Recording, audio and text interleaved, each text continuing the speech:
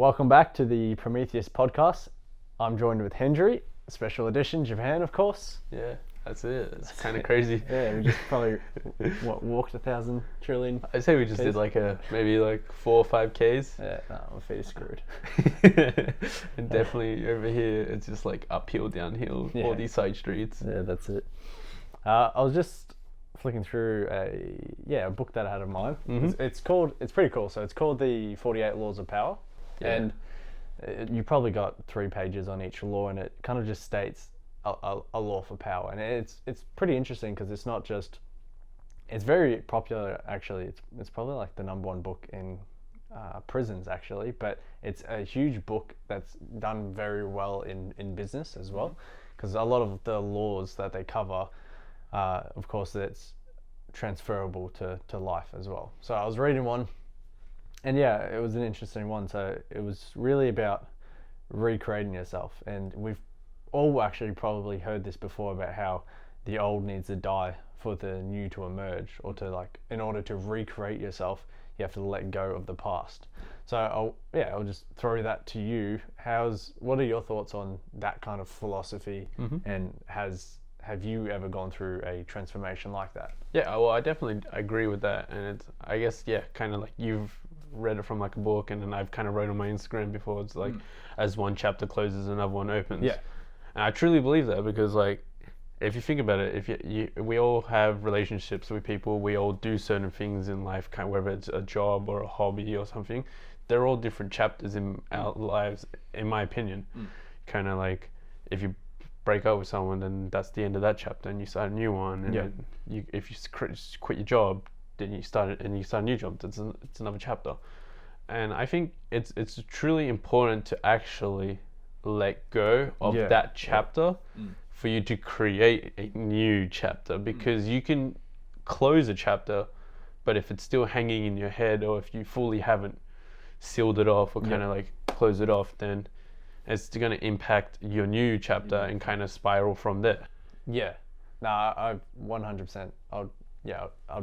I'd advocate that all day, every day, because I think, and how we're kind of describing it, I love that, how it's opening a new chapter and closing a new chapter, right? Because like you're saying, whether it's your job, relationships, anything like that, you have these chapters, but they do have to close. And that's kind of the whole, it's the journey, right? You get to, I guess, the end of your life, and you would have closed every single chapter off until you get to that last page, but you can't move forward until you let go. And a lot of people hold on to the past for too long, and a lot of times, and I don't know why, I think a lot of people think letting go is bad for whatever reason, and a lot of the cases it isn't. And you just look at it. I'm thinking about an illustration right now, and it's someone's hand, and it's the rope kind of tied between the hands, and the hands all red. It's a pretty popular illustration about it's kind of pretty let interesting go. way. And it's just what is hurting you, it's as simple as just letting go, and then that rope untangles. But as it's tight against your arm and you're holding on to the past, you don't want to close that chapter. It's pulling on your hand, and it's of course burning your hand, but all you have to do is be able to let go, and then it's better. But a lot of people, I'll take relationships because you just use that as an example. There's a lot of posts out there where it's about how you kind of got to fight to keep on to old relationships and blah blah blah, and if you love them, you'll fight for them and all that, and sure, there's some truth in that, but I think a lot of times, especially teenagers, they try to use that mindset on a justification to not let go. About oh no, this relationship means so much to me, so it doesn't matter the negative impact it's having on me. It's all cute and fluffy to hold on to stuff, and if you love them, you'll hold on to them, so let's hold on to them. But I think they then look at letting go as being a bad thing, but it's not. It's what you need to grow. Like you're saying, you need to let go, close the book out, to then open that new chapter. Otherwise, you're stuck. You're always in that previous chapter.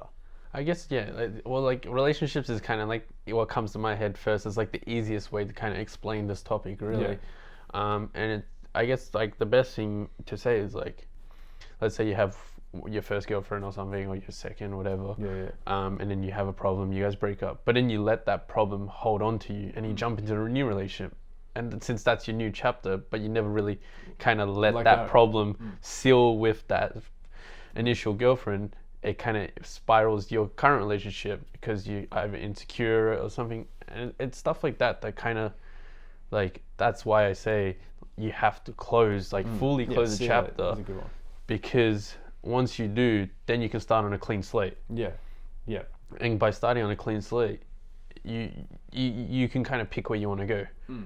And that's what's important to me about creating a new chapter in life. It's like every single chapter is important to me. Every single chapter has good memories, but I'm not going to let it impact my future chapters, because that's only stunting growth in life. yeah. You're not. It never can be your anchor, because like you're saying, you're not actually growing because you're stuck there. I think it's so important because you've just said how kind of at the end of the day, there is a difference between either relationship, or you could use it for we'll continue with the relationship because it's like you're saying, it's a good thing to explain it, but whether it's a job, something that's happened to you, anything like that, there's a huge difference between it not being in your life and you letting go. So a huge difference between it not physically being there and it being sealed away forever. A huge difference between you not being in that relationship compared to you sealing away that insecurity that maybe broke up the relationship, because that's the difference. Because like you're saying, you could jump to the next page, but until you've sealed it away completely, like that's always going to be a part of you. And I think people, this is huge, and we'll go with relationships again. So heaps of people do this, and that's as soon as they break up out of a relationship, like day one, like second one out of breaking up, blocked, delete, block. They block everyone's number, socials, Instagram, Snapchat. And I gave this advice to a friend actually, and he was doing the same. He's like, oh, like I've come out of this really bad, kind of breakup. Should I just like block her? Yeah. And I was like, well, is blocking her gonna delete her from your mind? Because I guarantee it's not. I guarantee if you block her, you'll be thinking of her 10 times more than if you had her still on social media. Because if you had her on social media, you could still check in when you wanted to check in. If you kind of just block it all, you then always thinking like stuck in your thoughts. Yeah, you're just like, I can't check the page. Maybe I want to unblock her. Maybe I want to see this stuff. So I'm like, what's the point? Like, you're trying to move forward. You're trying to move to that next chapter, and you're saying all these grand things about, I'm going to be a different man, and I'm just going to, that's toxic, so I'm not going to be a part of it anymore. So I'm just going to block it all completely. And I'm just like listening to it. I'm like, well, like that sounds cute in theory. It sounds all fluffy in theory, but like, are you actually going to do that? Because not many people can just switch it off like that. And so if you just block and like delete the number, like out of sight, out of mind, I'm like, I'm pretty certain when you go to bed, you're going to be thinking of it. Yeah. So you've just, like I said, you haven't sealed it away. You've looked the other way. So you haven't sealed the problem away. You've turned the other way to try and jump to the next chapter instead of actually facing it and then dealing with it, whether it's actually having that conversation with that relationship that fell apart to say, yeah, look, this is why, let's get our closure, let's actually jump through the hoops and then close it, instead of just jumping to the quick block, see you later. We're not a part of each other's lives, but 4 months later, every single night, still in your head. It's all about seeking closure, really. Yeah. It's not so necessarily like, chapters are like the end of a bad thing. Like chapters could be an end of a good thing, really, or like an end of an opportunity. Let's say like you're in a job, you get offered like a new position, higher pay, better pay. In reality, it sounds better for you, but if you're not really happy with where you're at and you want to be doing your own thing, or you want to jump to a new ship, like the strength of actually rejecting that opportunity and closing that chapter to start what you want is also another powerful thing. Yeah. And that's what I'm trying to say. Like, it doesn't just have to be bad. Like, you're not just closing. Yeah, it's anything. But the closure is the most important part, because, like you're saying, as soon as there is closure, you can look to grow. But if there is no closure, if you haven't sealed it properly, if you haven't dealt with it properly in however way possible, then you're not going to be growing, because you kind of, half your mind will be there, half your mind will be there. Your arms will be here, but your legs will be here. You're just kind of, you're spreading yourself too thin. And growth is super important in life, and chapters are super important. I certainly have multiple chapters. I think everyone kind of has like their way of, identifying what is a chapter really. Yeah. In terms of, for me, it's kind of like there's different segments of my life where I come to realization like, oh, this is like the end of like this certain kind of characteristic, and it's the start of this new kind of situation, or it's the end of like this event and it's the start of this event and stuff like that. So that's how I categorize mine. And I think it's important to actually appreciate the chapters that you do have in life and reflect, but not dwell. And dwelling is a huge thing, whether it's I guess, for example, it's kind of like if you're losing someone that you actually love and you just keep dwelling on that, then it's just not going to help you kind of grow necessarily. And it's what we were saying before, it's all about, you have to seal the chapter, all about closure really. But sometimes it's actually, you don't really, I guess what I'm trying to say is, do you reckon sometimes you can't really tell the difference between closing it fully and closing it partly? I think, well, that's the thing. So I think you're like, for a person, you're too close to the flames at all times. So I think, as like me, we're saying, use me as an example, we're trying to kind of close something in the past. I think it's extremely difficult unless it's a skill that I've actively pursued, because otherwise I'm way too close. I'm too close to the tree to actually, Siri just got us talking.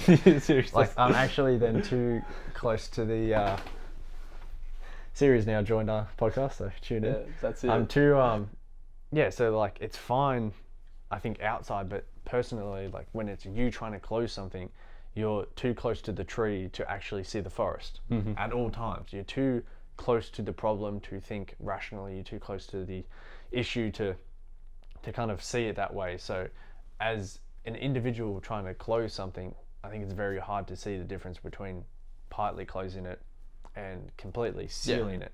And I think that's when you need kind of those close friends around you to be able to tell you, well, hang on, have you thought about this? Because like I said, that friend came to me and was like, I'm going to block it out, I'm going to do all this, I'm going to do all that. So they could see the tree, or they could see some trees, but they couldn't see the whole forest. Because they were way too close to the fire. They were too caught up in the feelings, too caught up in the emotions, too caught up in the thoughts.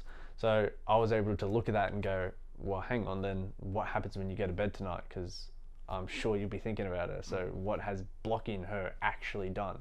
And so I think that's where you need that, I guess, kind of like a bird's eye view. Yeah, you need that, like, but you can't an outside do it. opinion. You need the outside opinion, because I truly believe, like I said, unless you've actually cultivated it so much with who you are, like you've actively been trying to bird's eye every single time, you're trying to compartmentalize so you're not caught up in your feelings, that you can separate fact from emotion and kind of find a middle ground. And that sounds cute, and a lot of people think that they can do it, and those same individuals, though, will get caught up, they'll get too close to the flames at all times. So I think there's nearly no way that you could ever be 100%. So that's when you lean on your friends, that's when you lean on someone else to give you that bird's eye view. But that's where, like I said, that's where I think people will get stuck there.